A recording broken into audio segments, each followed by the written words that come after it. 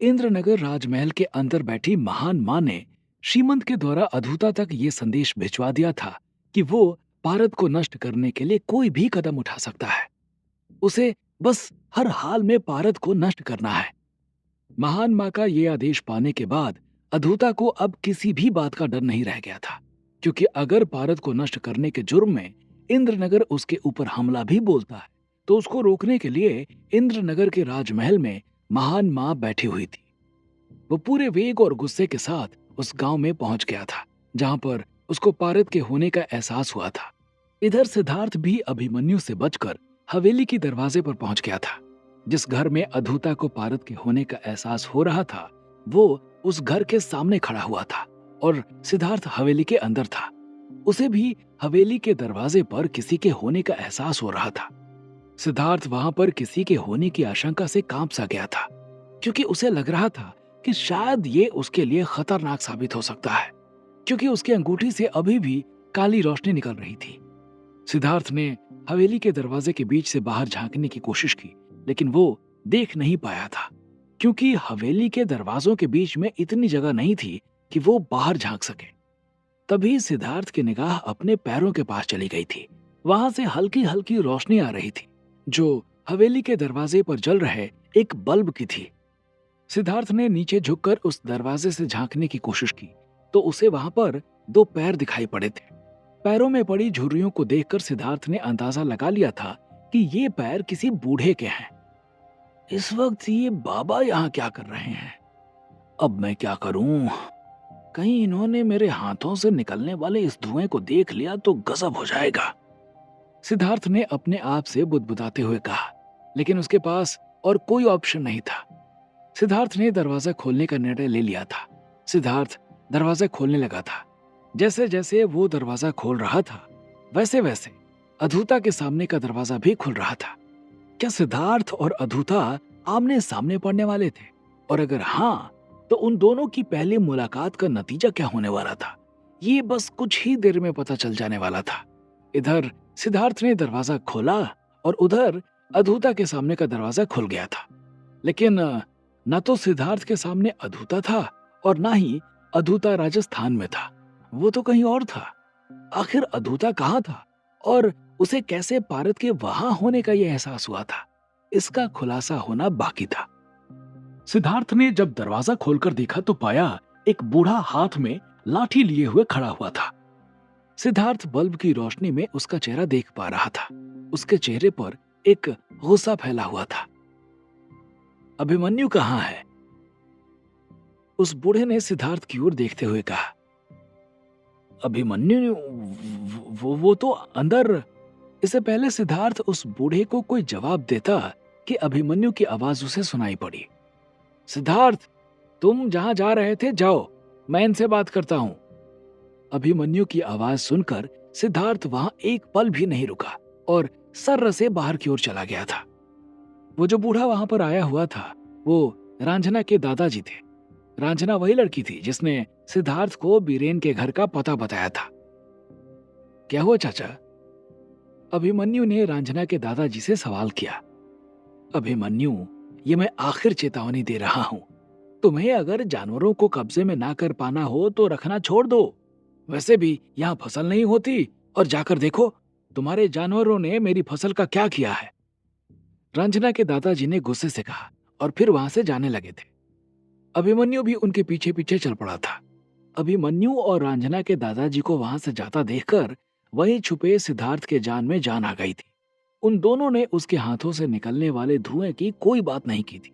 मतलब साफ था कि सिद्धार्थ अपना राज छुपाने में कामयाब हो गया था। वो वहां से भागते हुए जाकर एक सुनसान जगह पर खड़ा हो गया था। जैसे ही उसने अपने दूसरे हाथ को पारद के सामने से हटाया कि पारद से निकला हुआ काला धुआं बादल के जैसा बन गया था। सिद्धार्थ उस बादल को देखकर पीछे हट गया था। वो बादल कुछ देर तक हवा में तैरता रहा और फिर उसने एक मानव शरीर का रूप ले लिया था। कौन हो तुम? सिद्धार्थ ने उस आदमी से सवाल किया।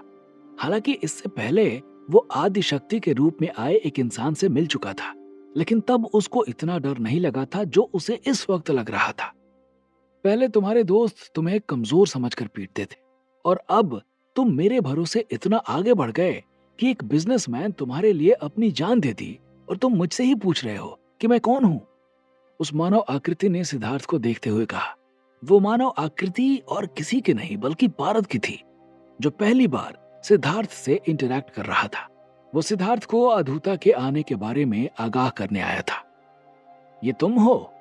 सिद्धार्थ ने अपने हाथों में पहनी हुई अंगूठी को देखते हुए कहा। उधर मत देखो, मैं तुम्हारे सामने खड़ा हूं और मेरे पास ज्यादा समय नहीं है। मैं पहली और आखिरी बार तुमसे बात करने आया हूं, पारद ने सिद्धार्थ से कहा। और उसके बाद सिद्धार्थ ने उसे देखते हुए सवाल किया, तुम्हारा रंग क्यों बदल रहा है और तुम अचानक से यहां कैसे आ गए? सिद्धार्थ ने पारद को देखते हुए सवाल किया। मैं इन सब बातों को बताने का अधिकारी नहीं हूं। मैं बस तुम्हें ये आगाह करने आया हूं कि तुम्हें मारने के लिए वो पृथ्वी पर आ चुका है। इससे पहले भी उसने एक हत्या की है, अतः तुम्हें सावधान रहना होगा। इतना कहकर पारद वो काला धुआं सिकुड़कर छोटा हो गया था और सीधे सिद्धार्थ के हाथों में पहनी हुई अंगूठी में समा गया था। एक मिनट, मेरी बात सुनो प्लीज, एक मिनट। सिद्धार्थ ने उस अंगूठी को हिलाते हुए कहा, लेकिन अब उस अंगूठी से कोई रिस्पॉन्स नहीं आ रहा था। वो पहले की तरह निर्जीव पत्थर बन चुका था। सिद्धार्थ को जब वो अंगूठी यानी पारद पहली बार मिला था और रेड वाइपर के काटने के बाद उसकी जान बचा ली थी, तो उसे लगा था कि शायद उसे अमर होने का कोई तरीका मिल गया है। लेकिन सिंडिकेट के गोलियों से मरे सिद्धार्थ को यह एहसास हो गया था कि ये अंगूठी कोई अमर होने का साधन नहीं बल्कि एक जादुई पत्थर है। लेकिन आज जब खुद उस अंगूठी ने बाहर आकर सिद्धार्थ को ये बात बताई कि उसे कोई मारने के लिए पृथ्वी पर आ चुका है, तो सिद्धार्थ के पैरों तले से जमीन खिसक गई थी। उसे इस बात का बिल्कुल भी एहसास नहीं था कि इस अंगूठी के लिए कोई उसे मारने भी आ सकता है। उसके माथे से पसीना बहने लगा था। सिद्धार्थ अभी खड़ा इस बारे में सोच ही रहा था कि तभी उसके पीठ पर एक हाथ आकर टकराया। यहाँ क्या कर रहे हो? सब ठीक तो है? वहां आई सुकृति ने उससे सवाल किया। सुकृति सिद्धार्थ को ना पाकर इधर उधर ढूंढते हुए वहां आ गई थी।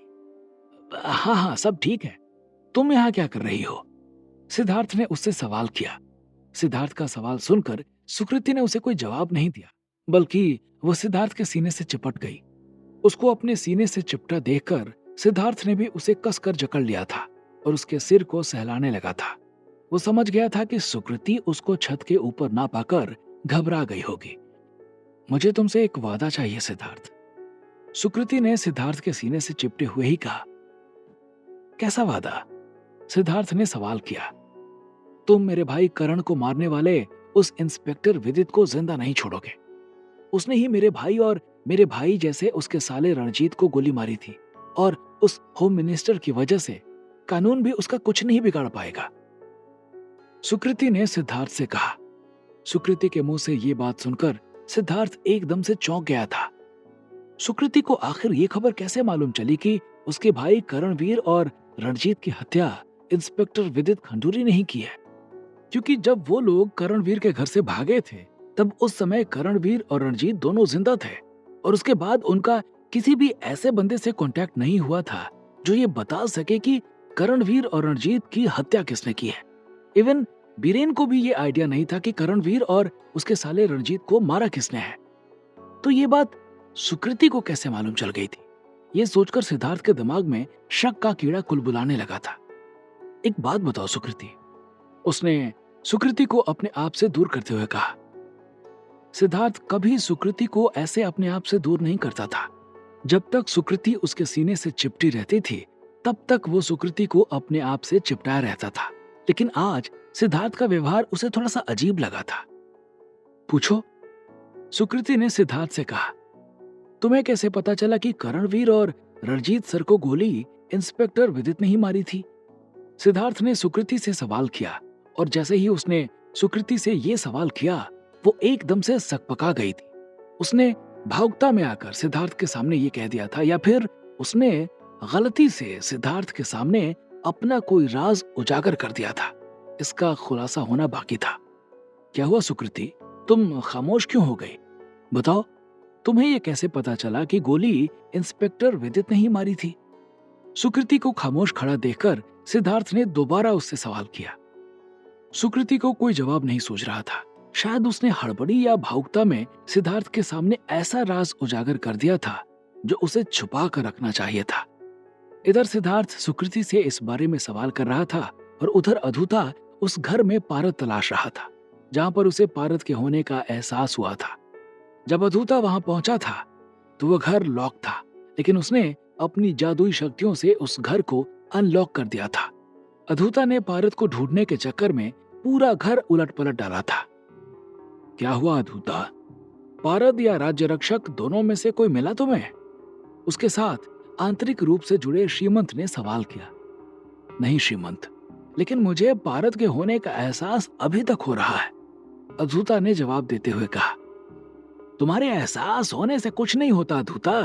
अगर पारद नहीं मिला तो ये समझ लेना कि तुम्हारी मौत निश्चित है, श्रीमंत ने अधूता के ऊपर चिल्लाते हुए कहा और फिर उसके साथ संपर्क तोड़ लिया था। उसकी गुस्से भरी आवाज सुनकर अधूता के चेहरे से हवाइयां उड़ गई थी, लेकिन उसे ये नहीं समझ आ रहा था कि जब उसे वहां पर पारद के होने का एहसास हुआ था तो आखिर पारद चला कहाँ गया। अभी अधूता पारद की तलाश में उस घर में उलट पलट कर ही रहा था कि तभी उसके कानों में एक आवाज सुनाई पड़ी। आप यहाँ क्या कर रहे हैं दादाजी, और इस घर की क्या हालत बना दी है आपने? उस आवाज को सुनकर अधूता तेजी के साथ पलटा तो देखा वहां एक 17 से 18 साल का एक लड़का खड़ा हुआ था जो उसकी ओर ही देखे जा रहा था। आखिर किसने दी थी बूढ़े का रूप धारण किए हुए अधूता को आवाज, और कहां है अधूता जहां पर वो कर रहा है पारद की तलाश?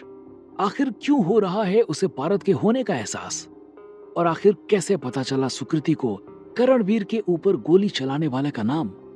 क्या होंगे इन सभी सवालों के जवाब? हमें कमेंट करके जरूर बताएं। और आगे की कहानी जानने के लिए सुनते रहिए भूमिपुत्र सिर्फ पॉकेट एफएम पर।